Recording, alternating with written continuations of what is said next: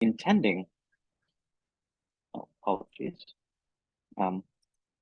who are invested or are intending on taking on a career in academia with a focus on empirical research of said Zoroastrian history to share your research, your papers, and other new discoveries amongst your peers. We, the directors of this endeavor, are committed to investing our time to build this platform, and this lecture series is one of our many ways of doing that. We want to create this platform for it to be accessible to you, the student, the professor, the field researcher, an internal newsfeed of sorts that specifically would pertain to Zoroastrianism and its further study. Our endeavor is to be able to be a resource for your research in allowing you to tap into our network of professors and students from all over the world in the field of academia pertaining to Zoroastrianism. Theologians and Zoroastrian priests will be able to showcase their published works of both past and present research endeavors. Now, we're working on building out our website, which is s-z.org, and connecting you all to and working with you to showcase your academic works, dissertations, and achievements. Our goal is to further academic research and study, to encourage the next generation of scholars to advance that said research. I would like to thank our directors, Mr. Roynton Ravetna, Ms. Pervin Rusi Talyarkhan, Professor Nosher Contractor, Mr. Meheria Ravetna, and Mr. Kershi Shroff for working together to make this event come to life. I would also like to thank the Zoroastrian Association of Chicago for hosting us here in their beautiful Dara Meher here in Hinsdale, and Roshan Ravetna for planning out all the logistics. We have some amazing speakers on the docket today representing the University of Toronto. If you have any questions during the presentation, please put it in the chat box with the name of the professor you are directing the question to. You are all muted for this, so the chat box is the best way to ask your questions.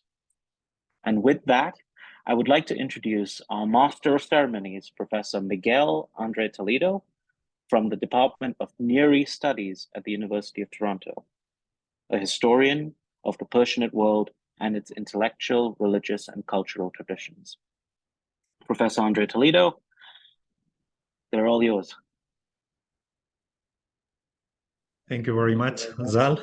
Thank you very much to all the participants. Let me first share my screen.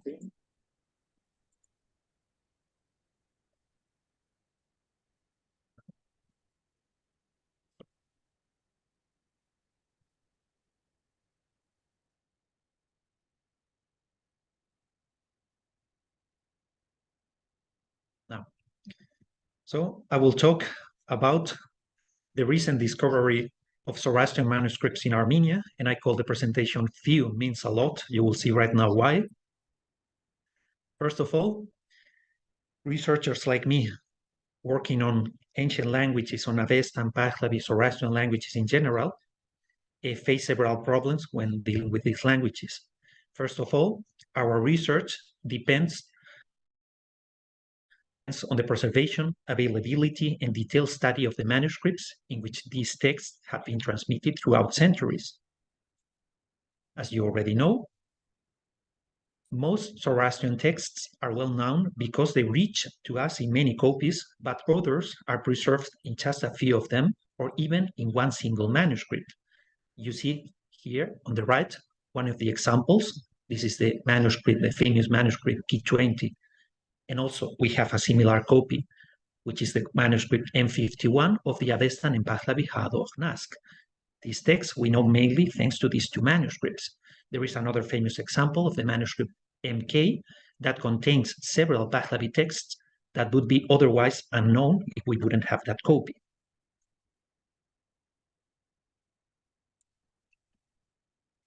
If that manuscript, as I mentioned, was discovered by chance, as it happens very often, we were lucky to count their text among the Zoroastrian textual heritage. Otherwise, unknown material as well as important, perhaps older copies of remaining texts are forever lost.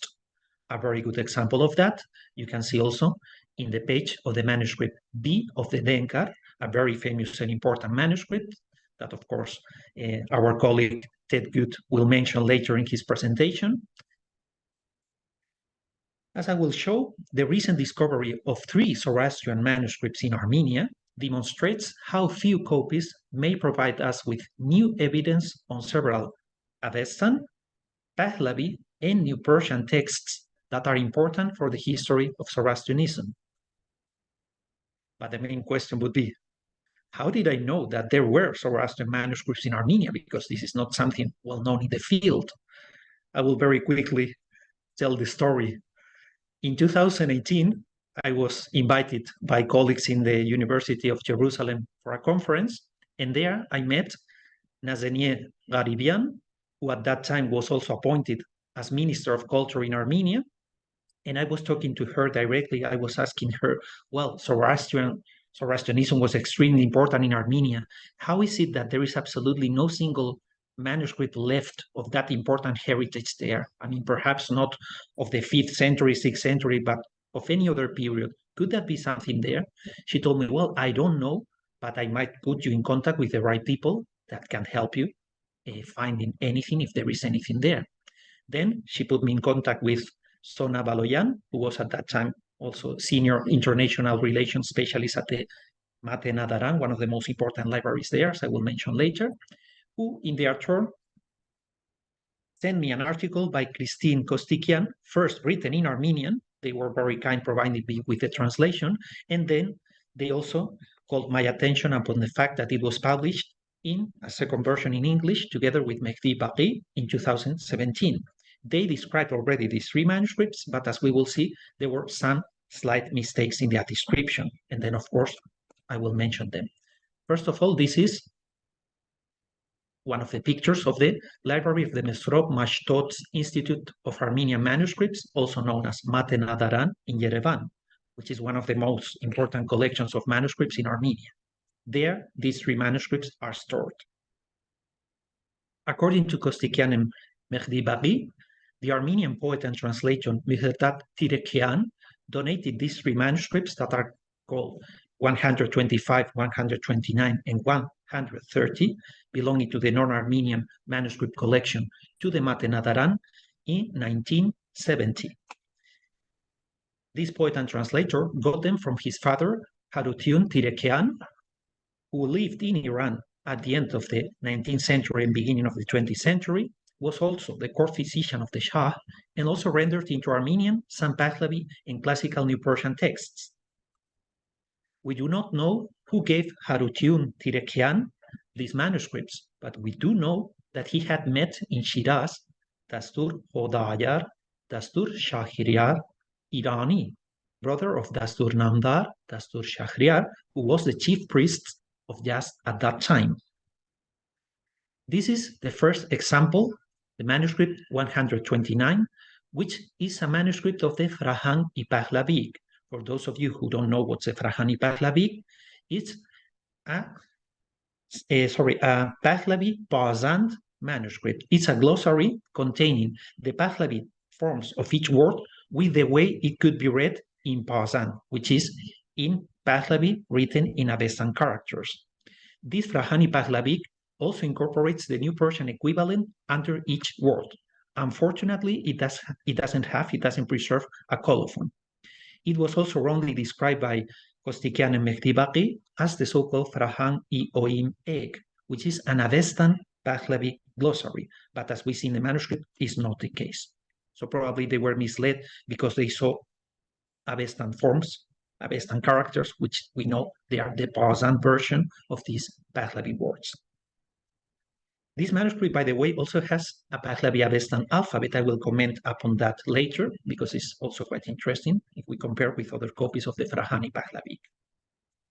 Moving forward, We had also the so-called manuscript 130, which is very, very interesting because it contains the Iranian version of the Paragna. For those of you who don't know what's the Paragna, is the prefatory version, prefatory ritual of the yasna. So it contains a description of all the things that you are supposed to do before performing the yasna ceremony. We do know the Paragna, thanks to the description of Indian manuscripts, and of course, as we will mention later, few of them written in Iran in late centuries, but this is a very interesting and very important manuscript, because it provides us with the new Persian version of this Paragna ceremony as performed in Iran, written in Avestan characters. So it looks like a Pazan text that is a Pahlavi text, but it's not actually. It's a new Persian text written in Avestan characters.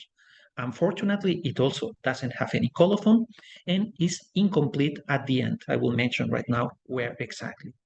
Also, unfortunately, it was wrongly described by Gostikian and Mehdi as another manuscript of the Farhan Ioim Ek, and we know it is not the case. It is the Iranian version of the Paragna. This is the textual sequence we find in this manuscript. It contains the different steps of the performance of the Paragna, but it is incomplete at the end. As we will see, after the so-called preparation of the yasna, there should be two other chapters that we know from the description of the Paragna in Iranian versions in other manuscripts. It is missing in this manuscript because it is incomplete, but it contains the formulas to cut the barsom, to tie the barsom, to cut the home, to cut the pomegranate twigs, to collect the goat's milk, to draw water for the libation, the formula to wash the home, and the other to wash the barsom, and at the end a text on the beginning of the yasna, on the preparation of the yasna.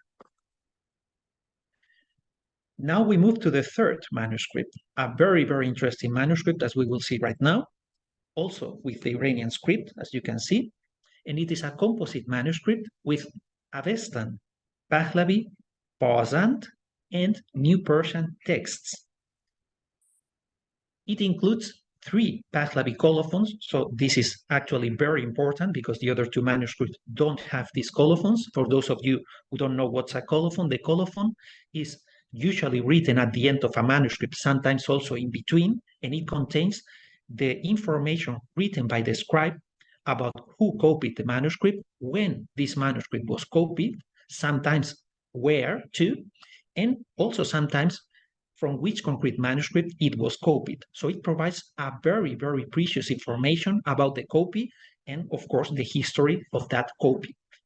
In this concrete case, in the manuscript 125, we have 3 colophons, the first and third of which indicate that it was written by a very famous scribe, Marzban Bahram Marzban Fredon Rostam. And according to the latest date, the manuscript was copied in 1695 of the Common Era. That means at the end of the 17th century. So it is a quite old manuscript. The contents of the manuscript are quite varied, as we will see. It also contains at the beginning a Frahan y Pahlavi, which is again a Pahlavi Pazan glossary, with the Pazan equivalent of each Pahlavi word, and also includes 2 Pahlavi Avestan alphabets, which are quite interesting for the history of the paleography. It is followed by 2 incantations, the so-called Afson Igubrak Chashim, which is the incantation for the vigilant eye in Pazan and Pahlavi scripts, followed by the Abson Itab Lars, which is the incantation against shivering fever in New Persian. It is also followed, and that's a very important part of it too, by the Iranian version of the Paragna. So it is another copy of the Iranian version of the Paragna, but this can be dated, and that's very important, as we will see.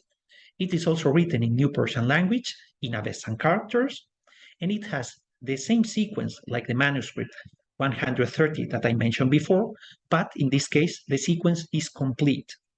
This is extremely important. As you see, from 1 to 9 is exactly the same, but immediately after, we have the 2 parts that were left in the other manuscript that was incomplete. We have the formula to wash, literally to cook the bull's hair, and the formula to take the para home.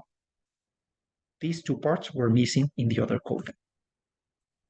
This is followed by the Nerang I Ab Upadiab, the formula for the water and ritual ablutions, which is written in Pazan. It is immediately followed by the Dron I Fravardin Yasht, which is a very important ceremony that includes the recitation of Yasht 13, the Fravardin Yasht, in Avestan. This is transmitted complete also in this manuscript, and that's quite important too. Following that, we have the beginning of the Yasna in Avestan with ritual instructions in Pahlavi and Bazan. That's quite important because we don't have so many Iranian manuscripts with the beginning of the Yasna. Immediately after, we have texts that are relevant for the Barshnum ceremony, the important purification Barshnum ceremony. The first of them is the Nerang I Peshak Saaman, which is the formula for the proper order of the limbs. So each of the limbs must be purified in the ceremony, and this text is mentioning each of them in a ritual sequence. This text appears in Bazan in this manuscript with ritual instructions in Pahlavi and New Persian, and also with the recitation of some Avestan texts. It also includes a depiction of the Barshnum Gah, so the place in which the Barshnum ceremony must be performed.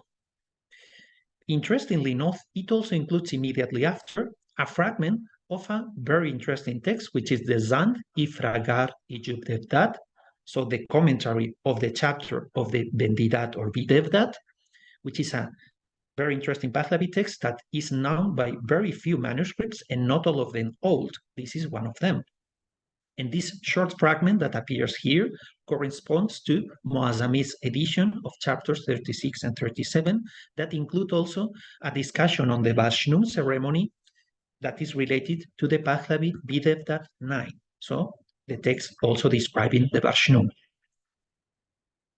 Finally, we have a sequence of shorter texts, the Yasna 41 to 43 in Avestan, the so-called fragment Darmesteter in Avestan 2, a very short Nerang dedicated to Srosh and Fredon, so Sarush and Faridun in Bazant.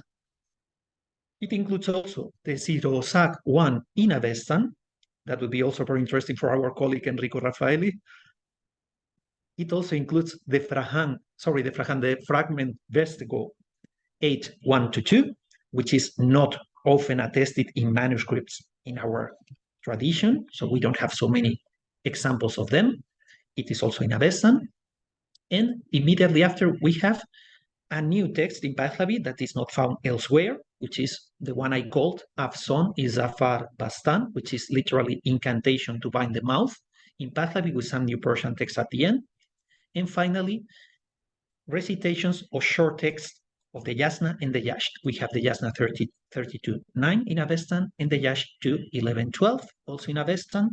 And finally, the Yasna 32 in two sections, 1 and 15, also in Avestan. The question now would be, why are these Zoroastrian manuscripts important? Because, of course, I mentioned very quickly the summary of their contents and so on, but why are they important? The first of them, the manuscript 129, is one of the few examples of a Farahang I Pahlavi copied in Iran. We don't have many. Also, its Pahlavi Avestan alphabet is interesting because it has the same sequence as the one found in the old manuscript K25, one of the very old, of the oldest manuscripts of the Farahang I Pahlavi, which was also written in the 17th century of the Common Era. The next manuscript, manuscript 130, is one of the few examples, as I mentioned, of the Iranian version of the Paragna. Only 4 late Yasna manuscripts, copied in the second half of the 19th century of the Common Era, so very late, in Iran, preserved that version of the Paragna. Though this manuscript is undated, manuscript 130 is either contemporary or older than them. So it is quite important to know the variant of the Paragna as performed in Iran. Finally, the manuscript 125 is the third oldest copy of the Farahang I Pahlavi, so a very important manuscript. Actually, after the 2 manuscripts that are very important too, TD2 and K51, both copied in the 17th century too. Why is this also important? Because the scribe of the manuscript TD2 who was Fredon Marsban Fredon, was the uncle of the scribe of this manuscript, of manuscript 125. The scribes of this manuscript I already mentioned is Marsban, Bahron, Marsban, Fredon. The manuscript TD2 is still preserved, but it is incomplete at the end, and that affects the preservation of the text of the Frahan y Pahlavi. The manuscript 125, on the contrary, preserves the full text, which continues up to 10 more pages and is therefore extremely important to reconstruct that lost part in TD2. So we have the three oldest copies, one of them is incomplete, and this manuscript could complete that part. So it's very, very important. It's not only important because of that. As I already mentioned, all the manuscripts of the Iranian Paragna were copied in the second half of the 19th century of the Common Era in Iran, with the exceptions of this manuscript 125 and perhaps 130, which has no colophon. They are our only extant witnesses for the performance of this prefatory ritual at the end of the 17th century in Iran. That is, in a period unattested so far between the first description of that ceremony in the New Persian Rewayat of Beghdin Jasa, which was written in the 16th century, and the other later manuscripts describing this ritual, all of them belonging to the 19th century. So it fills a very important gap in the history of the knowledge of this ceremony as performed in Iran. And as you know, it is different from the one performed in India at the very beginning, because of course the barsom were still cut as a plant in Iran. It was not yet substituted as metallic wires as it was done in the Indian performance. So it preserves a different variant of the ceremony. Another important fact of this manuscript is related to the Fravardin Yasht and to the Dron y Fravardin Yasht. The scribe's father, Bahron Marsban Fredon, copied the Dron y Fravardin Yasht in the extant manuscript that we call VL1, belonging to the 17th century too. His son, however, copied that text from a manuscript written by his uncle, but such a manuscript is not preserved. So manuscript 125 is the only witness to reconstruct that old copy. And it's also, since it is one of the oldest manuscripts of the Fravardin Yash, it's extremely important to study the text. Finally, a Pahlavi text found nowhere else, but similar to the so-called Nerang Izahra Bastan, so the Nerang or incantation for binding or literally stopping the poison, which is attested in the manuscript MK and K27, is recorded in this manuscript in 125. It's an incantation, which is in Pahlavi Afson, to bind the mouth of evil creatures with the help of heavenly beings that are mentioned in the text. So I call that text Afson Izafar Bastan, incantation to bind the mouth. This is an unknown Pahlavi text that is attested only in this manuscript. So, summing up, three new manuscripts provide us with valuable information about several already known Avestan, Pahlavi, and New Persian texts, and also about unknown texts, as we have seen. The discovery of other Zoroastrian manuscripts will decisively contribute to a better understanding of the Zoroastrian linguistic, literary, religious, and cultural heritage, and to the awareness among future generations of its importance for the history of Zoroastrianism. As you see, few means a lot. Thank you very much.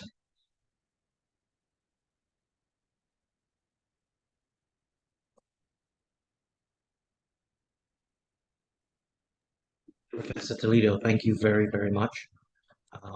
And now we will go to the questions. Professor, they will be in the chat box and directed to you.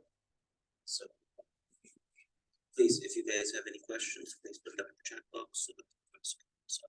Thank you.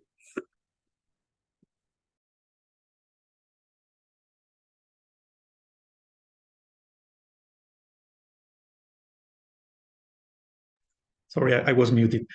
Can you briefly describe the rise and fall of Zoroastrianism in Armenia? That would require a very long explanation. There is a full book on that written by a very prestigious scholar, James Russell.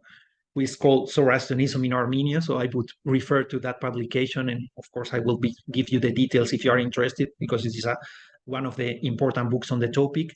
And of course, it includes the most relevant information from Armenian historians of the Sasanian period and several other authors. And that's a very interesting reading. So if you are interested, I just refer to that publication. That will help you much more than my very short comments on the topic. So the next one, can you give us a quick summary about the incantation to bind the mouth? It's a very, very short text, and it's just describing at the very beginning in a very formulaic way. I bind the mouth of this, I bind the mouth of that. Usually it is mentioning evil creatures that are usually the Jaduk, the Pairika, the Daiwa, so the demons, the witches, and so on. Sometimes evil creatures like the Hrafstar are mentioned there.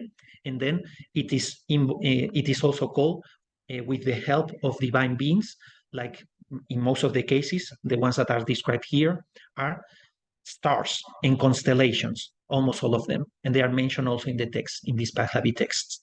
So, did I solve the question? Yes. Yeah, perfect. Thank you. What is the variance between the discovery and the copies of what we have today?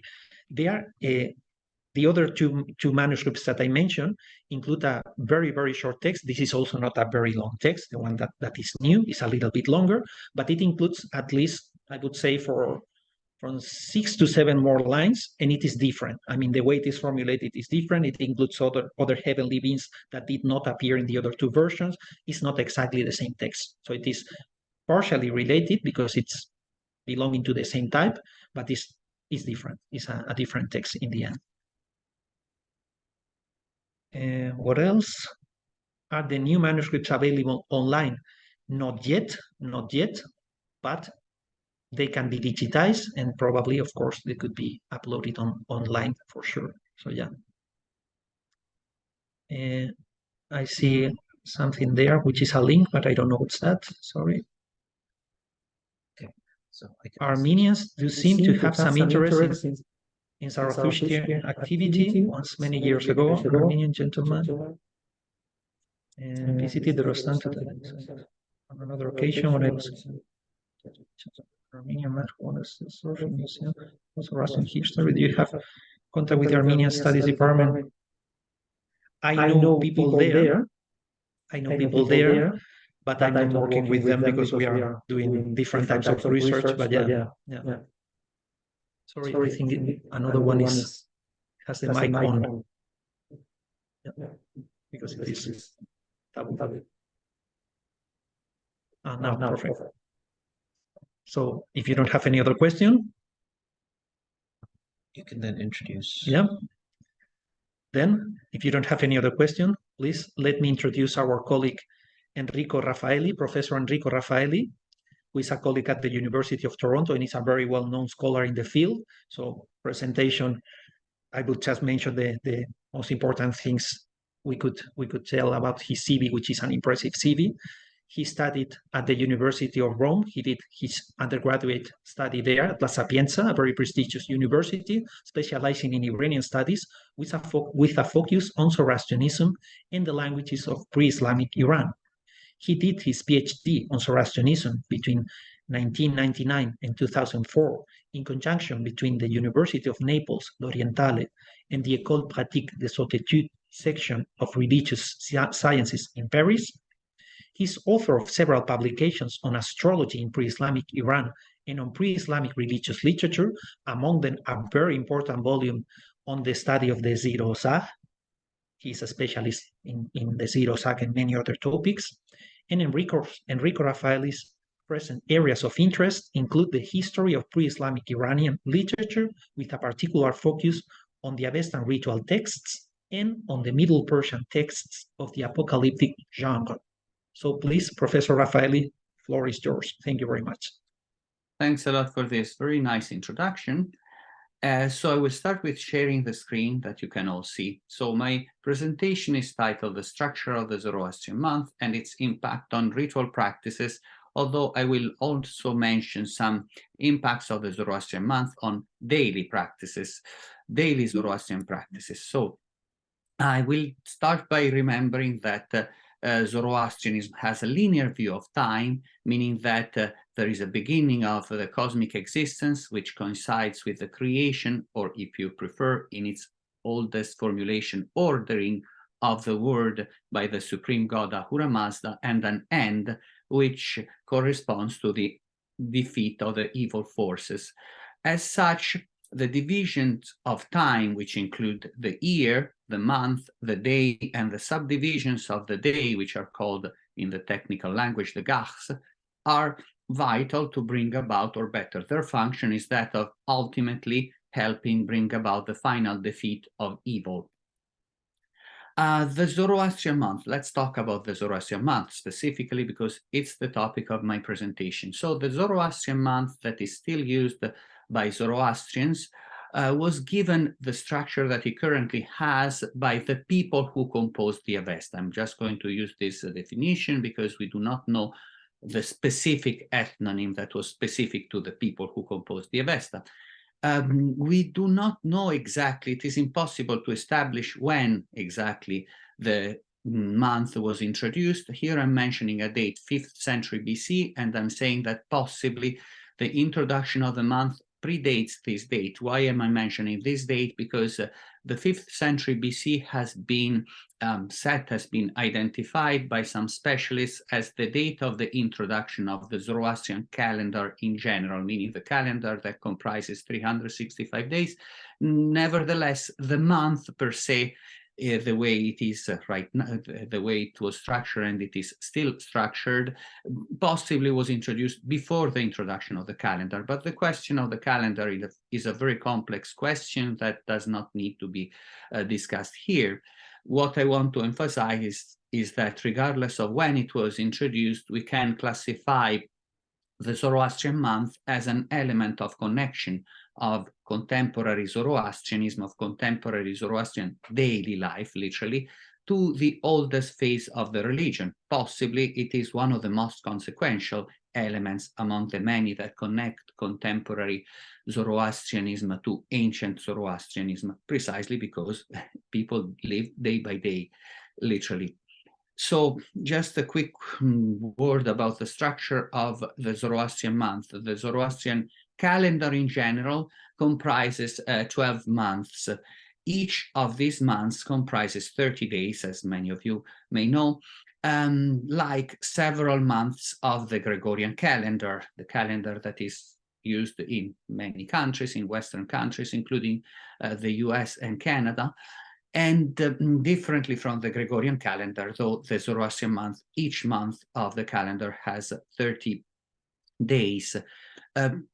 Each of the days is named after a different entity that has significance in the religious tradition, in the Zoroastrian religious tradition. I'm going to use an appellation for the entities that give their names to the days, that is Yasata. Yasata is an Avestan word that literally means that must be venerated or venerable. Indeed, this title is not applied in the Avestan or later sources exclusively to the Zoroastrian entities that are in charge of the days. Indeed, it is not really used for all of them. I'm just using it because just for the sake of simplicity. And I also want to mention that we have a text in the Pahlavi literature, an important text that is called the Bundahishn from the 9th century, where there is an extensive, in a chapter 26, there is an extensive description of the characteristics of the entities in charge of the days of the month and also other entities. And these entities are called with the Pahlavi equivalent of Yasata, Yazda. So I feel authorized to use this word, although technically it's not really the word that is used to identify the entities of the month. So just a quick notation on the attestation of the days of the month in the Avesta. I've said earlier that the month was structured when the Avesta was composed. There are indeed two texts where the days of the month are listed. One is a passage of the main Zoroastrian source of ritual type, or better, the text that is used for the main Zoroastrian ritual, that is the Yasna, in chapter 16 paragraphs 3 to 6, there is a list of names of the days. And then there is an entire text that, as my colleague Miguel Ángel Andrés Toledo said, I have studied in the past, that is called Sirozag, which lists the 30 entities in charge of, the 30 yazatas in charge of the days of the month. Quickly, I will mention also that most of the entities after whom the yashts, that is the hymns in Avestan, are titled, correspond to yazatas of the month, and all of the 5 Niyayishna, that is 5 litanies in Avestan language that are used for prayers that can be recited also by the laity, are titled after entities, after yazatas of the month. So here I will show you quickly. Unfortunately, I have to really be very fast in showing you the names of the month. On the left column, I have introduced the names in Avestan, and on the right column, I've given an equivalent in Gujarati, because that's probably the form in which many of the people in the audience know these names of days. So these are the first 15, and then this is the second half of the month, starting with the day of Mithra. The first day of the month is named, unsurprisingly, after Ahura Mazda, and then we have all these other names. I'm sorry for not being able to give you handouts, but we are not in a presentation in person. So what I will talk about now is just a few notations about the structure of the month, or better, internal structure of the month. One first thing that I want to emphasize is that, as many of you may know, the Zoroastrian month does not have a holy day, meaning that there is no equivalent of the Sunday or of the Shabbat, which does not mean that Zoroastrianism doesn't have any holy day. There are actually holy days that are scattered through the year as part generally of seasonal festivals.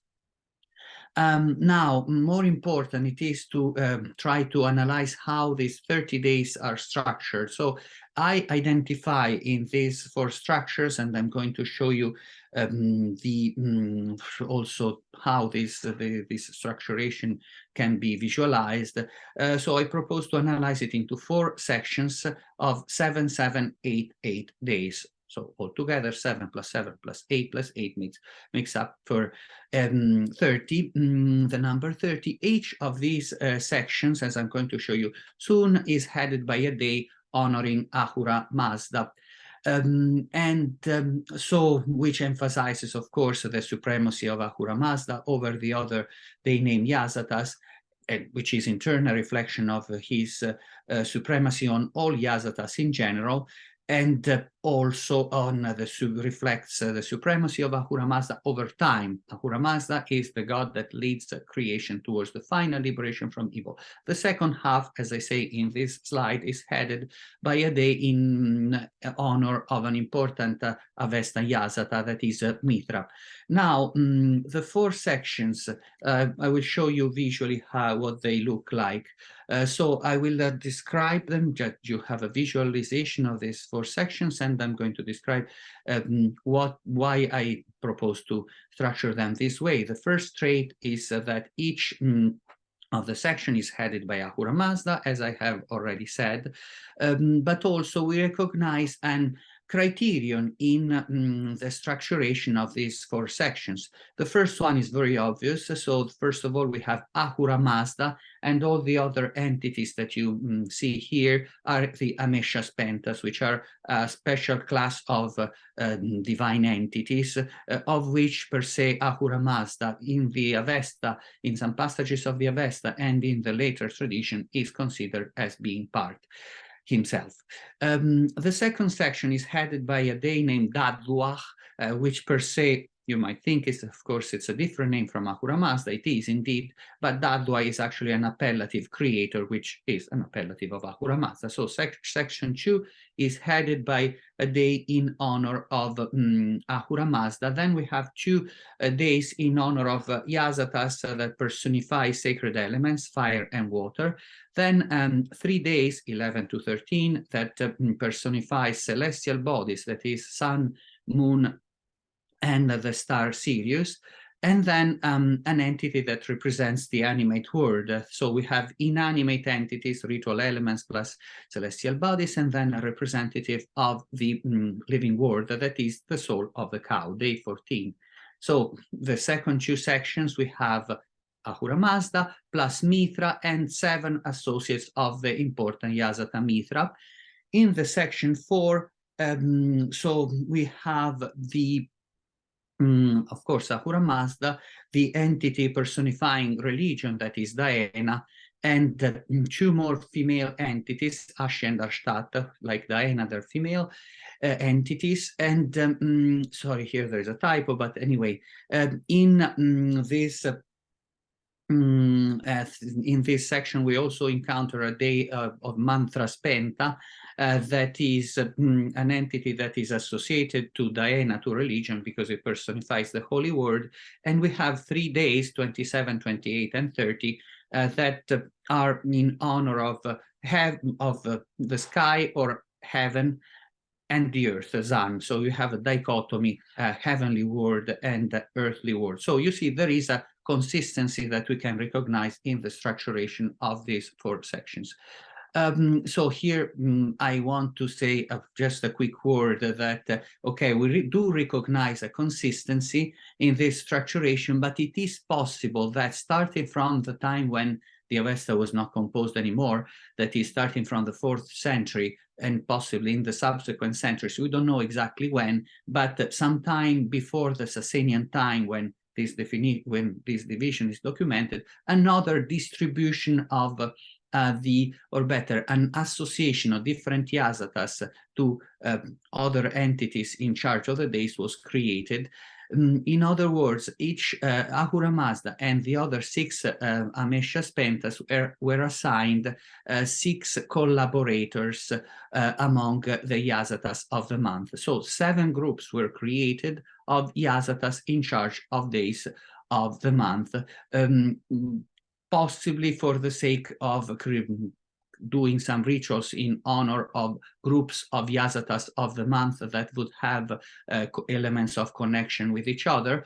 This new distribution of the Yasatas of the month was done again, probably because the distribution of the days of the month was considered as not entirely intelligible, so the criterion could not be detected.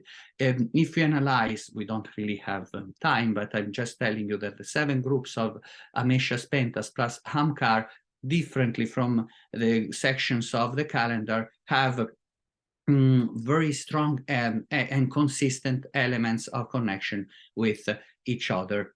The section of the calendar do have criteria that we can identify, but they're not entirely consistent with each other. We have a diversity of element of connections among different entities within them. For the groups of Amesha Spentas plus Hamkar, we find unifying elements of connections within each group. And this is the result of a theological analysis, which is ultimately the reflex of the importance of the Yasatas of the month to Zoroastrian theologians and to Zoroastrians in general. So now, before I talk about the impacts of the Zoroastrian month on the ritual life, I want to mention an aspect that is so far underexplored, and I hope that I can explore in future research. That is that given the importance of course, of the days of the month in Zoroastrian life, in time, possibly starting from the earliest phase, some rules were created in order to guide people through the month by saying which actions should or should not be undertaken on each specific day.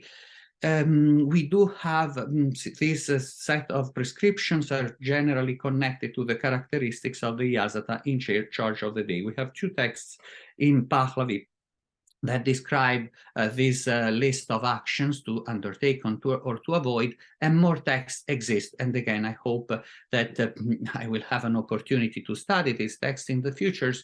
So there, of course, these prescriptions are not only in written form. What we have in written form is just a small portion of what must have existed in oral form, starting from an early phase, even possibly starting from the introduction of the month in the Avestian period. Let's call it Avestan period. Some practices of this type are still followed by some Zoroastrians, such as that of avoiding eating meat on the day of Bahman, that is the entity in charge of animals. So out of respect for that, no meat is eaten on day 2 of the month. Now, ritual life. Ritual practices that are connected to the month and its denomination, so the appellations of the month after Yazatas.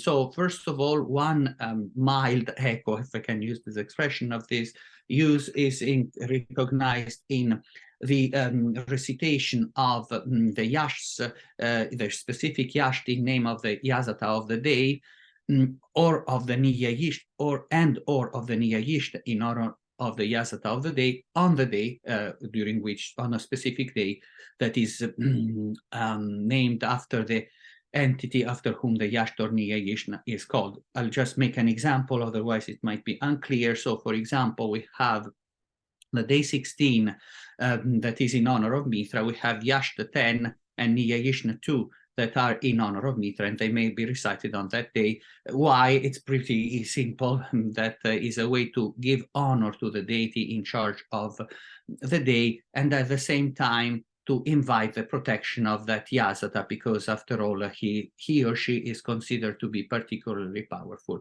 on that day. Other reflexes of the structure of the month in the Zoroastrian ritual life, starting from an early phase, the deities in charge of the month have been honored through the recitation of the Sirozag. This is an example. The Sirozag text is a text that can be recited independently as an independent prayer. For example, the manuscripts actually probably are a basis in many cases for the support for the recitation of this text for the daily prayer, but we also know that historically the text has been recited as part of other rituals,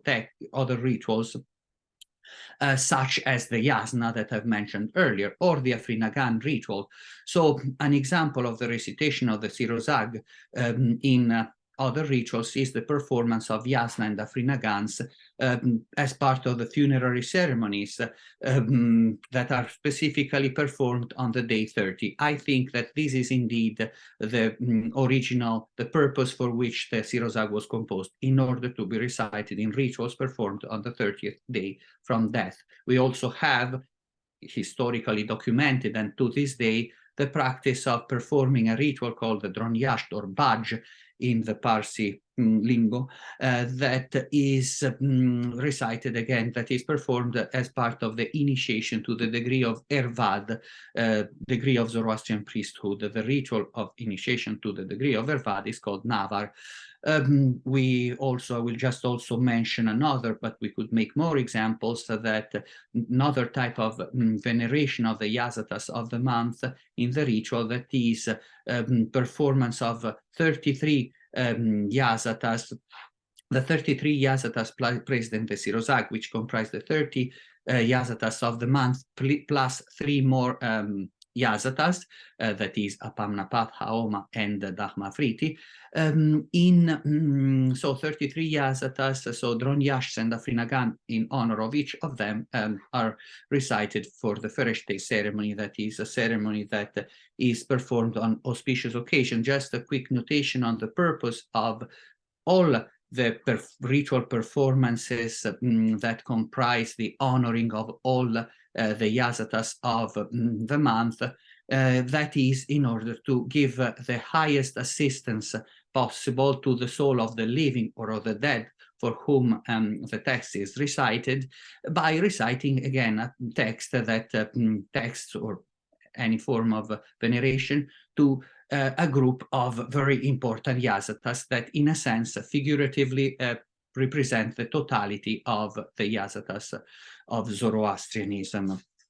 So now I have to, I guess, yes, I have to conclude by just making a final summary, I would say, and notation. And of course, I'm open for further information if anything was unclear or if there's any curiosity about what I said in the chat. But anyway, so I'll just say that through history, starting from the earliest phase, the Zoroastrian month has regulated the daily life of the Zoroastrians and has highlighted to them, thanks to its careful structuration, the hierarchy among its Yazatas, first and foremost, the supremacy of Ahura Mazda over all of them, and has emphasized the connections among the Yazatas, itself the product of a reflection on the connection among Yazatas.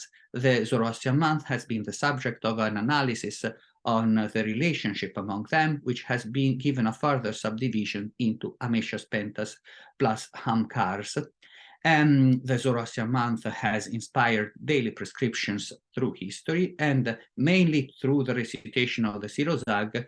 The Zoroastrian month has been and is at the basis of several important ritual activities. So we can, again, I will just conclude with what I said. The Zoroastrian month is, to our day, still an important element that connects Zoroastrianism to its earliest phase.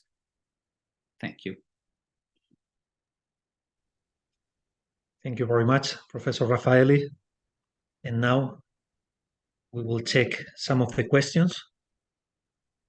Manek Pushbala wrote, do you have any comments on the influence of the Median priests on the introduction of the Yazatas, of the venerable entities in the calendar, entities that were not mentioned by Asho Zarathustra in the Gathas? Yes, this is actually honestly, I would say that rather than having any comments, I can say that it is for sure the Zoroastrian calendar is the result of the work of Zoroastrian priests from different areas. Honestly, I think that the calendar per se was created actually in the eastern part of the Iranian world. So I would really leave the Median priest at best I would say the responsibility of accepting their worship. So that's what I think, because the perspective that we start having right now is that indeed it's really a very recent development. The month might have been indeed been structured independently of an kind of Western influence, meaning the Achaemenid power, and comprising also the the region of Media, which is per se, I mean, the Achaemenid Empire is responsible for the introduction, as I said earlier, of the calendar of 365 days, but the Zoroastrian month might have been introduced before the Achaemenid Empire introduced the calendar of 365 days. So the responsibility is at best to accept it. So that's my opinion, but of course, one may disagree. Thank you. And another question by Artemis, actually a double question. When was the Zoroastrian calendar created? And do you have a paper on the Zoroastrian calendar for us to study further? Okay, so for the Zoroastrian calendar, okay, I'll just start with the second question because it's the one that I cannot really answer now, because you should contact me because the bibliography is enormous. But there are some recent publications that may be a little bit more helpful than others, because there's been so much debate given the uncertainties that everyone said different things, and we have recent stuff that I can suggest, such as an article, for example, by Professor Panaino that talks about the calendar and has tons of other suggestions for other research, other further reading. So when was it created? Okay, so the Zoroastrian calendar, 365 days, was a possible date is 5th century BC, so we're talking of 2,500 years ago, and it is probable that it was introduced under Egyptian influence in the Achaemenid Empire. Achaemenid Empire had ruled over Egypt for a certain time, had intense contact with Egypt. Possible that they took this model of 365 days. Again, I will repeat, though, that possibly a month of 30 days, regardless of the structure 365 days or any other structure, might have existed before the introduction of the 5th century BC of the calendar, in the 5th century BC of the calendar of 365 days. Thank you. Another question was, does the early parts of the Avesta also include that when the name of the month coincides with the name of the day, especially holy? It doesn't say it openly, but it is so obvious to think that that was the case, that yes, we may absolutely think that. What we can find in the Avesta, we don't find that. We have a few references in later sources to the fact that yashts or niyayishns should be recited on the day of a yazata, of an entity of the calendar. Again, I've made the example of Mitra, but we could also say Ahura Mazda. There is a yash to Ahura Mazda. It is important to recite it on the day of Ahura Mazda, that is the day 1.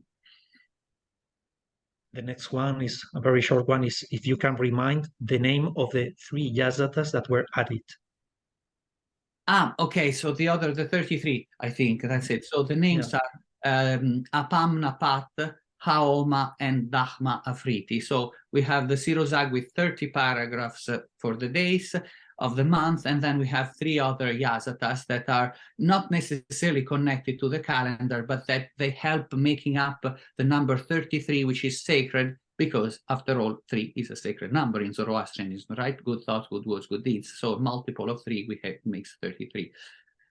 And another one is, when did the practice of counting years from the start of Yazdagir, the 3rd reign, start? Yeah, so this practice is something that the calendar was introduced in the medieval time. So this counting was introduced in the post-Sasanian time, of course, and is something that is documented in the manuscripts for the first time. So it's something that we might assume that was shortly time after the follow the Sasanians, but yeah. Mm-hmm. We still have 3 minutes left. When was the intercalation of the month 30 days every 120 years introduced? Was this to line up the position of the Earth completing full orbits around the Sun? Yeah, exactly. Yeah. This is, well, I mean, in theory, the intercalation, we may assume that there were intercalation already in the Sasanian times. We actually only have, and possibly even before, otherwise we wouldn't have any correspondence between the month and the course of the sun. Yes, that was the purpose. We have also documentations of intercalations happening after the 10th century, and indeed we have historical documentations of that. For the previous ones that again started from much earlier, we only have assumptions that we make based on the chronology that we encounter. Mm-hmm. Another one, we still have 2 minutes. Did the calendar always have the names that we call each day today? If not, when were the names introduced? Yeah, exactly. No, that's the names were introduced starting from the original formulation of the calendar in the Avestan period. That is, I mean, we can say 6th century BC, or possibly even earlier, but at the latest, I would say 5th century BC. Anyway, so that's the naming is original. Mm-hmm. And very quickly, if you can just summarize or explain briefly the term Yazata to layperson in simple terms and its significance to modern Zoroastrianism? Yes, I mean, I don't know if I should summarize it in summarize just the meaning or the significance of the concept. I will just say, okay, let's start from the meaning. Yazata is actually from the verb yas, so to venerate. So yazata is that must be venerated. So that's the literal meaning. And it's probably for a simple, it's easier to just say venerable. So an entity that should be venerated, so it's venerable. Now, from a theological point of view, the answer is very complex. I would say that there's been an evolution in time in the classification of the entities that I've, for simplicity's sake, called yazatas. Of course, in the earliest formulation, for sure, each of the yazatas, although for sure depending on, in terms of power, from Ahura Mazda, they had some specific characteristics and also some tasks that they were charged with. In time, Zoroastrianism has emphasized more and more the, I would say, all power of Ahura Mazda on the other entities, and as such, the power of the other entities has been, or better, also the tasks that were assigned to them historically have faded away in terms of importance and prominence. So that's what I can say. Thank you very much, Professor Raffaelli. We are running out of time. And I'm sorry because there are some other questions. If the audience would like to address directly to you in a private chat, that's totally fine. In the meanwhile, please let me introduce the next speaker, who is Dr. Ted Good. Dr. Ted Good received his BA in 2010 from the University of North Texas, where he studied philosophy, religion, and anthropology.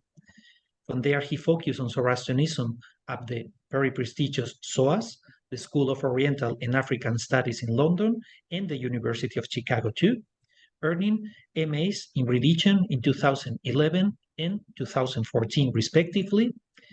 In 2015, he started his PhD at the University of Toronto, and he defended it last year. It was a PhD under our joint supervision, Professor Raffaelli and me. It was an excellent PhD. You can, of course, take the advantage of reading it because it's a very interesting PhD about philosophy in Zoroastrianism in the early Islamic period. He's a very good specialist in the topic, and he will talk right now about that very interesting research, among other things. So please, Dr. Good, the floor is yours. Hi, thank you. Okay, let me share my screen. Okay.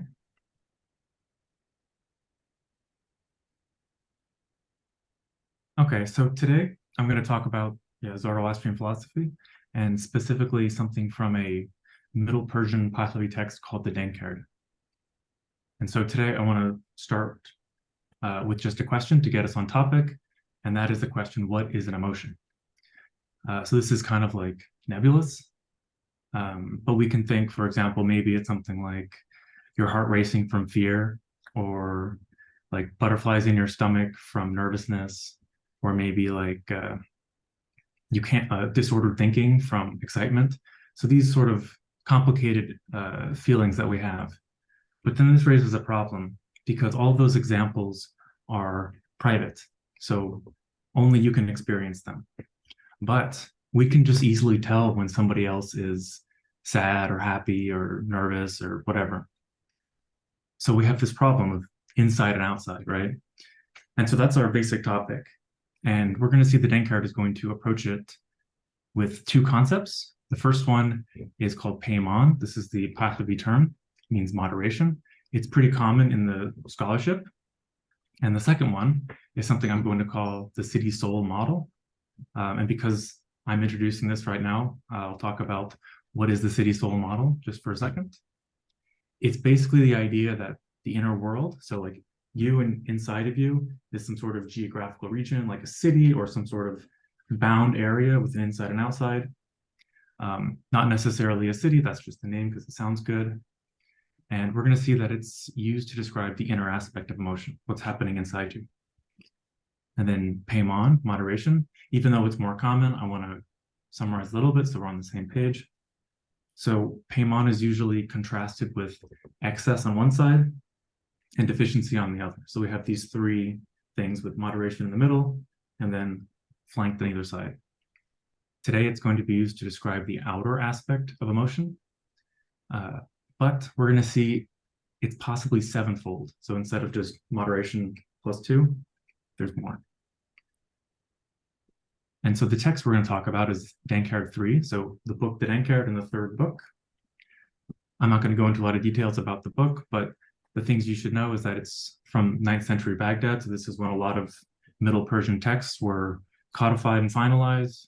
It's post-Sasanian, it's in the Pahlavi language, but most importantly, it's an extremely philosophical book, one of the most philosophical texts that we have preserved. And from this book, we are going to look at 4 chapters, chapters 60 to 64, and these chapters form a unit. And so we're just going to follow along in what it says. So that's our topic, that's our text, and here's how we're going to approach it. We're going to start with the city-soul model, and then we're going to talk about moderation with respect to knowledge and joy, so like reason and emotion and that sort of thing. And then we'll have a short conclusion. So the part 1 and part 2 this is actually just the order of the Dankert chapter. So we're just going to follow the text and watch as it builds this theory. Okay, so there we go. Let's start with the city-soul model. So there's a few characteristics of this, which is that there's an inside and an outside. And so like in terms of a city, there's like a wall or something. And then inside the city, there are things like roads or passes, which is another sort of passageway, and then places which dot these roads. And then there are inhabitants and invaders. There are things living in the city. And so this third part, I'm going to collapse under just one term, indwelling. So we have inside, outside, geographical features, inhabitants. And to get the clearest idea of this, I'll quote a non-Dankert text, which is more explicit. This is the Gizistag Abalish, which is also from around the 9th century. And it says that the house of the body is like a city. So it just makes the comparison. And then it thinks through it a little bit, where it says, just like the city has the leader of the city, the body has the soul. And these are the consequences, and this is the parallelism. So that's the basic idea. Let's see how the Dankert talks about it. It's a little less direct, but more interesting. So first we can note that, okay, the body is a house, so it's some sort of, maybe an estate, some sort of geographical thing. And then we see that outside the body, there is speech that comes in and goes out through 6 translators. 5 of these translators are the senses. So this is like hearing and seeing and whatnot. And these translators bring stuff from the outside in. The 6th translator is the tongue, which brings things from the inside out. So we have this inside-outside relation. But also note that there is a road inside from the place of essence to the place of thought. Now this road is part of like a larger network. Later in these series of chapters, we see that the road from essence to thought is what knowledge takes, and then the road from desire to thought. So 2 different routes to the same destination. This other road joy takes. We're going to talk about joy and knowledge in the next section. So basically what we saw is there's translators marking this inside-outside. There's multiple paths to thought. And now we can talk about indwelling, things that are inside the city. So this is chapter 63, where it says that Fachman, so this is good thought, and Akoman, evil thought, they both indwell the city. But they don't do it in an on or off binary relationship. They do it in degrees. So it can be high, medium, or low. And one of them, the one that indwells, takes the place, and the other that passes is accidental. These terms are sort of technical, and we're going to come back to it a little bit later. But this is how they're seen. They indwell in different ways. And the importance of the presence of these divine beings is that, for example, Vahman is the condition for innate wisdom. And innate wisdom brings about joy. So we have this threefold causation. And it's similar with Akoman.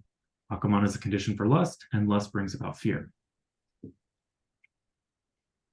So we see that there are divine beings in the person. They indwell in degrees rather than in a binary relationship, and they indirectly condition emotions, so fear and joy. This last part, indwelling causing some sort of effect in the body, it's more clearly seen in different chapters. This is outside of the group we were looking at, but it's a good example, where we see that generosity is a warm spirit, and then generosity indwells the essence. These are the same terms from the other chapters. And when generosity indwells, the evidence, which is observable to outside people, is that the person's hands are warmer. So the warm spirit brings the warmth into the person, and other people can feel it. Or other people like outside can experience it. So these are those technical terms that I mentioned. I originally had a longer section trying to piece these out, but it's not really necessary to like what we're talking about. The important thing is indwelling, which is defined as taking the place. So goch gerishni. This is important because it's going to come up later, taking the place. The other one we can overlook for the moment. Okay, so now let's look at the emotions. So we saw that Vahman and Akoman indwell the person. That paragraph comes right after this one. This one introduces the chapter and says that there are 2 types of joy and fear. So joy and fear are what are called contraries. They're like they're direct opposites. And the first type of joy is the innate wisdom type. So this is what was explained in the next paragraph. And the innate wisdom type of joy starts from the inside and goes to the outside. And the first type of fear is the same. Starts from the inside, goes to the outside. The second type of joy is the acquired wisdom type. And it's the opposite. Starts from the outside, goes in, right? And so the second type of fear is the same, outside, in. And so this is the introduction to the chapter. The next paragraph elaborates on the first type of wisdom or joy and fear. And then there's a final paragraph elaborating on the second type, the outside to in. We're going to avoid the second chapter because that's not our topic. But we can just note that there are two types of emotions. There are some that start inside and go out, some that start outside and go in. And the type that starts inside and goes out, that's the one conditioned by indwelling. The other one from the outside in is conditioned by things like kingship, tyranny, these sorts of things. So here's our summary of the city-soul model. The person is a city or some sort of geographical thing. There are entities in the city moving along roads, inhabiting places, contesting over places. And the interaction of these inhabitants inside the city have effects that other people can see. So the warmth of the hands, for example, and we're going to see some more. That's our model. And now we can see how it's going to be used to describe the relationship between joy and fear, or knowledge and joy. So we saw that knowledge and joy are both moving along different roads to thought. And knowledge and joy are both good, and they are related. They can be related harmoniously when they're even, and that's moderation, or one of them can be deficient. And depending on which one is deficient, you get a different series of pathologies. And so the first, when they're even, that's our moderation from earlier. But when they're deficient, that brings about two different concepts. One is bradarod, which I will call antagonism, and then hambadig is contrary. So just like joy and fear, those are contraries, but bradarod is different. And we will see that now. The best example of this relationship is also from the Gizistag Avalish, which is very concrete. It says, there is nothing that Ormuzd created to which Ahriman did not bring a rival. So basically everything is mixed, right? For example, Ormuzd creates fire and water. These are both good. And then Ahriman brings wetness and burning. These are both bad. But then we have four things, right? Fire and water over here, wetness and burning over here. How are these four things related? The text says they are like a father and son. These are both good. And then two enemy captives. These are both bad. But the father and son each hold a different captive. The father is holding a captive, but it doesn't attack the father, it attacks across to the son. Right? So when they come together, the enemy that the father is holding strikes the son, attacks diagonally. And so antagonists work in these sorts of pairs where we have father and son on one side, and then two captives on the other side, and they attack diagonally instead of their direct captor. So for example, with fire and water, the wetness in water attacks fire, it doesn't attack wetness, and the burning in fire attacks water, not fire. Okay, we're going to see that in the theory of emotion. This is in back to Denkard 3, where we see that knowledge and joy both suffer from excess and deficiency. So now we're in the realm of Paimon, excess and deficiency, this sort of thing. And we see that joy is protected by knowledge from fusion. So that means knowledge has, you can say, captive, has a fusion captive, but a fusion is trying to attack joy, all right, trying to attack across. And then on the opposite side, knowledge is protected by joy from superficiality. So joy is holding on to superficiality, and superficiality is trying to get to knowledge. But if knowledge and joy are both equal and both able to protect, then the person becomes moderate. Remember, knowledge and joy are inside. So if they're even inside of you, externally you are moderate. But if one of them is deficient, then the thing that it's supposed to be protecting is exposed to its antagonist. So here are antagonists. We have joy, whose antagonist is fusion. Remember, the contrary of joy is fear. We saw that earlier. Knowledge, its antagonist is superficiality. I have a little asterisk because this word is sort of problematic, and I'm translating it as superficiality based on context. So these are our two crosses. And so we have two different pathologies, two different emotional imbalances based on whether joy decreases, in which case knowledge is exposed to be attacked by superficiality, or knowledge decreases, in which case joy is exposed to be attacked by effusion. Let's see how they piece through these theories. So what they do is they do it in two different wings. And the first wing begins with joy decreasing. So if joy is decreasing, that means superficiality is able to attack knowledge, right? But if we look, superficiality is trying to take the place of knowledge. This is what the term from earlier. So this is our context. This is our like theoretical background. And so as joy is decreasing, superficiality is attacking more, and it does it in three different gradations. First, there's the overreaction of knowledge. Remember, this is inside. When the overreaction happens, the person has little executive function. Next, when there's more ejection of joy, so this is a little bit more severe, then the person becomes brokenhearted, incoherent, and rambling. So we can see it's a little bit more severe. And then the final level is when joy is totally ejected, totally gone, which means that knowledge is totally exposed. The person outwardly is manic, foul-breathed, and callous. So these are the four levels. And these three levels are going to be mirrored in the next wing of pathologies. So here are the terms. I'm not going to go over the individual words and how I translated them.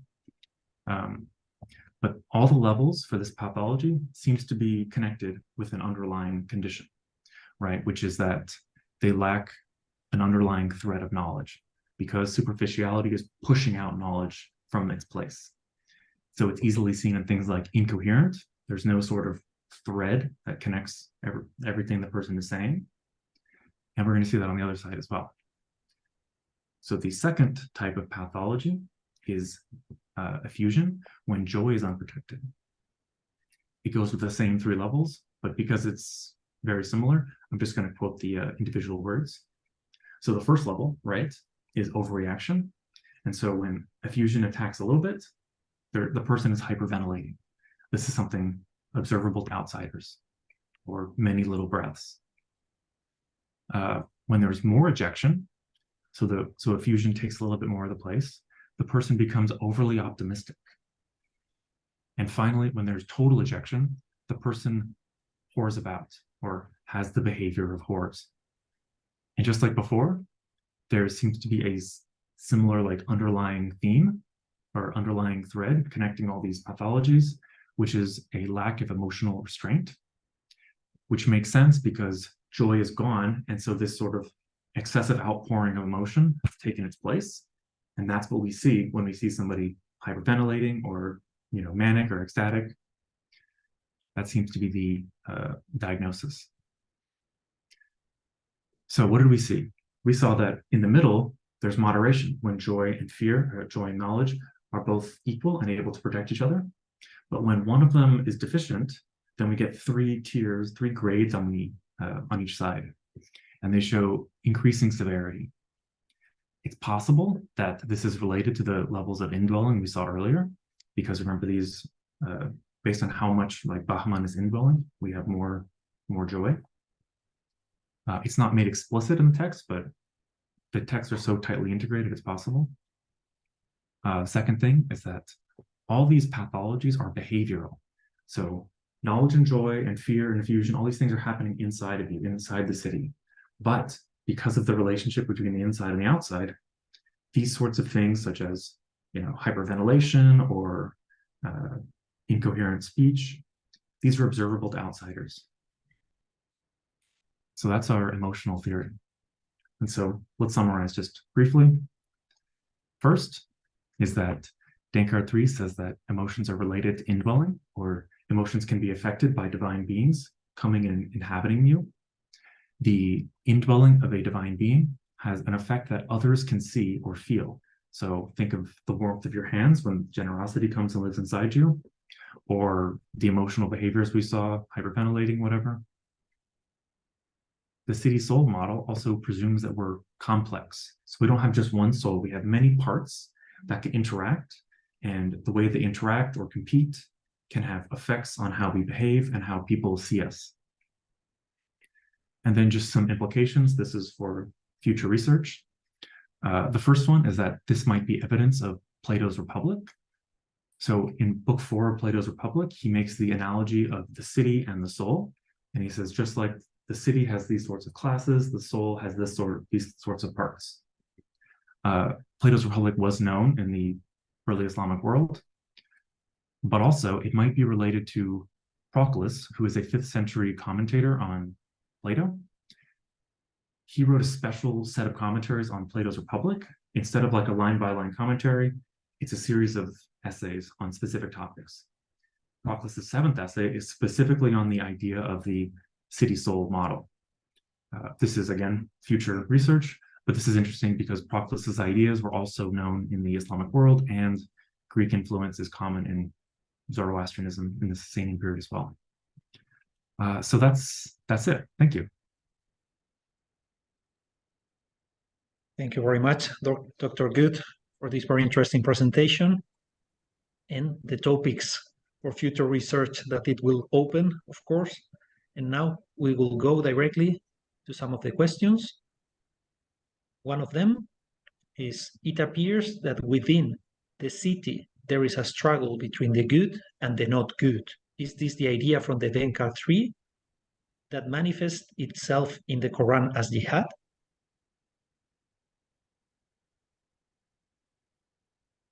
So I guess the question is Denkar 3 an influence on the Quran? Probably not.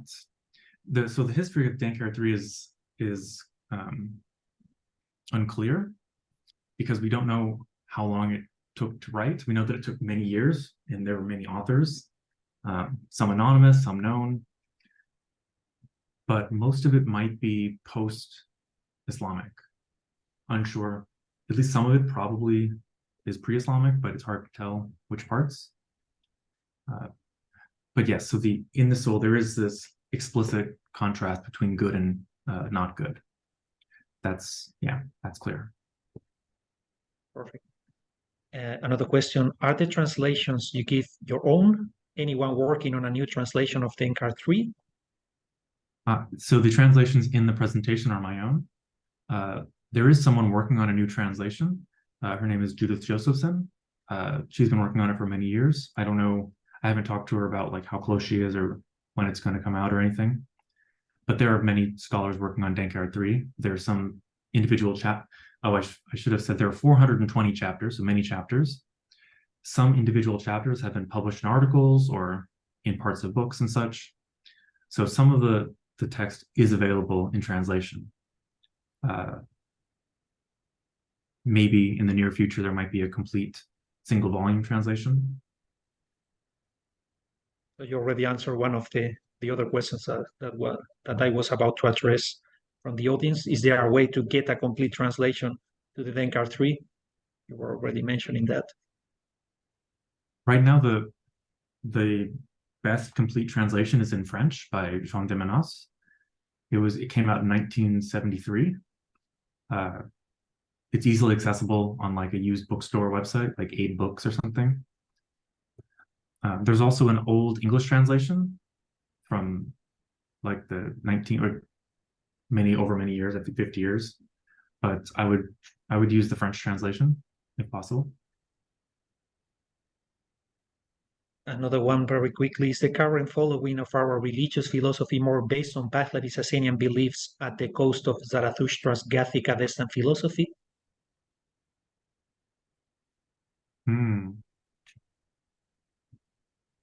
The authors were definitely trying to use many sources. So throughout Denkar 3, they will have some theory, for example, like what I did, and then they'll say, this explains this passage in the religion, and they'll cite something.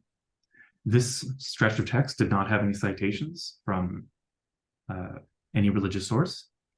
So they are trying to make sense of the religion in whatever way they seem to, but they're also drawing on Aristotle various Greek authors, authors writing in Sanskrit, authors writing in Arabic. But they're also not just taking it and saying, oh, well, Aristotle's great, we should just use what he says. Sometimes they're taking some and arguing against the others.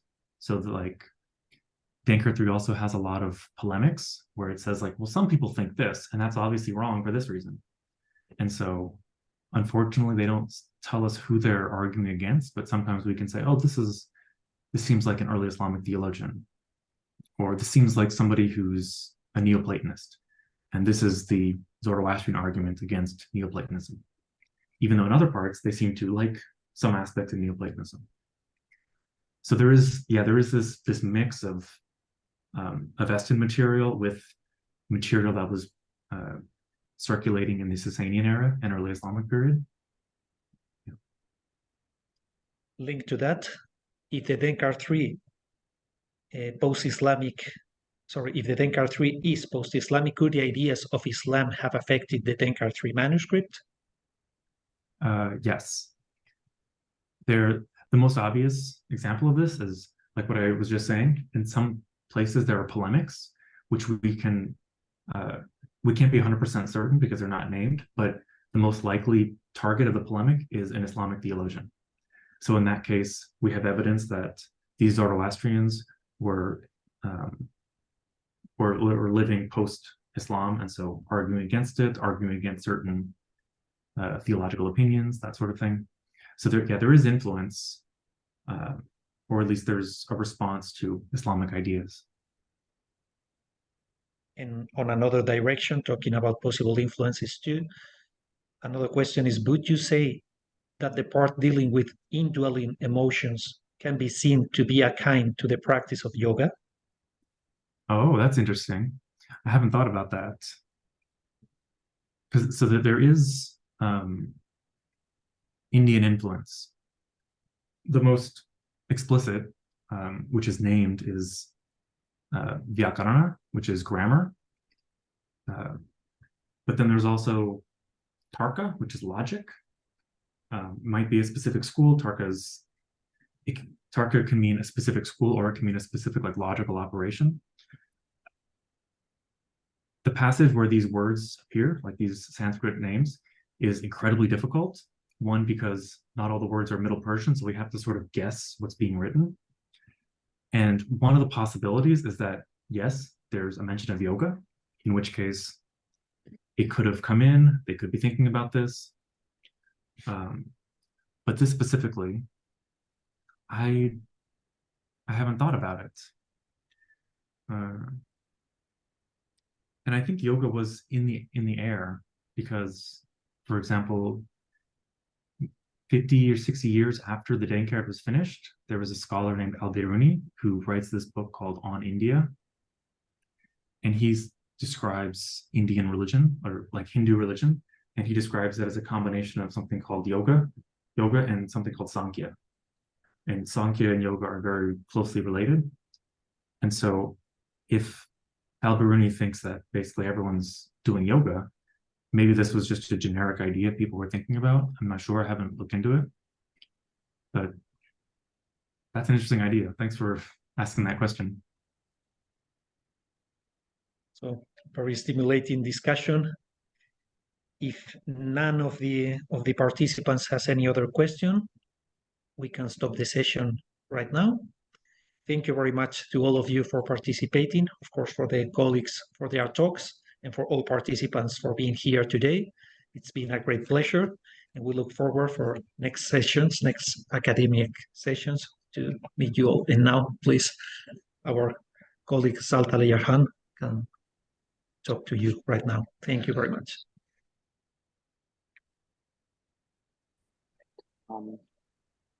To all our professors and speakers, thank you very much for pulling this together. We really, really appreciate everything that we have heard today. It has been honestly very stimulating, and we endeavor to do this again very soon. Yeah. And we will be reaching out to all of you as you have registered on the Eventbrite link. If not, please do email us at zoroastrianscholars@gmail.com, and we can put you on our subscribers list. But until we meet again, all, thank you very much for joining us. If you guys need a minute, the emails of the 3 speakers have been put in the chat box. Please do copy them and get in touch with them with any questions you might have. But again, with regards to this specific topic that they talked about, but again, thank you all very much for joining us. It was a real pleasure to host you. Thanks to everyone. Thanks. Thank you very much.